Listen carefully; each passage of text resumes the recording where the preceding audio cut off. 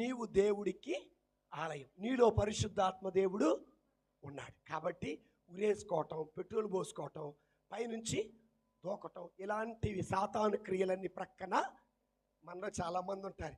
ఈ భర్త బాధ తట్టుకోలేనయ్యా, చనిపోతే సమస్య అంటారు. ఒక విషయం తెలుసా, ఇక్కడ సమస్య వచ్చిందానికి చనిపోయావనుకో ఆత్మహత్య కదా.